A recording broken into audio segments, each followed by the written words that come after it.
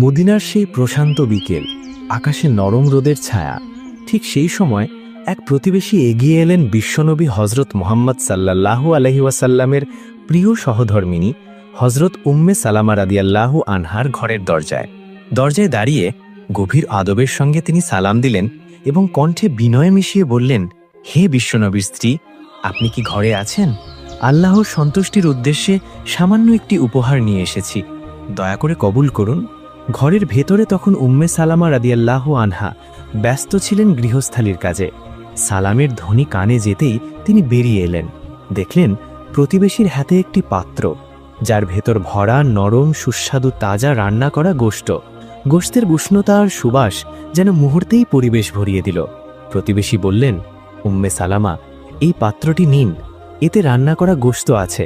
পাত্রটি তার হাতে তুলে দিয়ে প্রতিবেশী বিদায় নিলেন।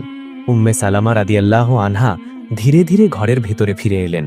পাত্রটির দিকে তাকিয়ে তার চোখে মমতা ঝরে পড়ল। তিনি ভাবলেন, রাসূল পাক সাল্লাল্লাহু আলাইহি ওয়াসাল্লাম এই গোশত কত পছন্দ করেন। নবীর প্রতি ভালোবাসায় তার হৃদয় ভরে উঠল। তিনি দাসীকে ডেকে বললেন, হে দাসী, এই পাত্রটি আল্লাহর রাসূলের জন্য তুলে রাখো, এতে রান্না করা গোশত আছে। নবীজি গোশত খুব ভালোবাসেন, এমন জায়গায় রাখবে যেন তিনি এলেই তৎক্ষণাৎ দেওয়া যায়। দাসী আদবের সঙ্গে আজ্ঞা পালন করল। পাত্রটি ঘরের এক পাশে টেবিলের ওপর যত্ন করে রেখে দিল। ঘরের বাতাসে ভেসে উঠল মাংসের কোমল সুবাস, রান্নার ঘ্রাণ, আর তার সঙ্গে মিশে গেল নবীর প্রতি ভালোবাসার এক উষ্ণ আবেশ। কিছুক্ষণ পরেই বাইরে শোনা গেল এক দুর্বল কণ্ঠ।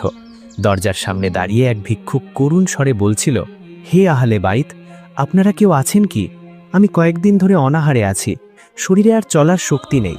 যদি ঘরে সামান্য কিছু খাবার থাকে, আল্লাহর ওয়াস্তে আমাকে দান করুন। আল্লাহ আপনাদের সংসারে বরকত দেবেন। এই করুণ আহ্বান ঘরের ভেতর এসে পৌঁছল।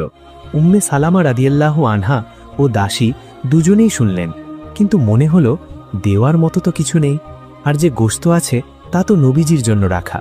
অবশেষে ভেতর থেকে শুধু এই কথাই শোনা গেল, হে আল্লাহর বান্দা, আল্লাহ তোমাকে বরকত দিন। এই কথার অর্থ ভিক্ষুক বুঝে নিল। নীরবে সে ফিরে গেল, কিন্তু কেউ তখনও বুঝতে পারল না আল্লাহর এক মেহমানকে ফিরিয়ে দেওয়ার মূল্য কত গভীর। বাতাসে তখনও যেন তার দুয়ার রেশ রয়ে গেল।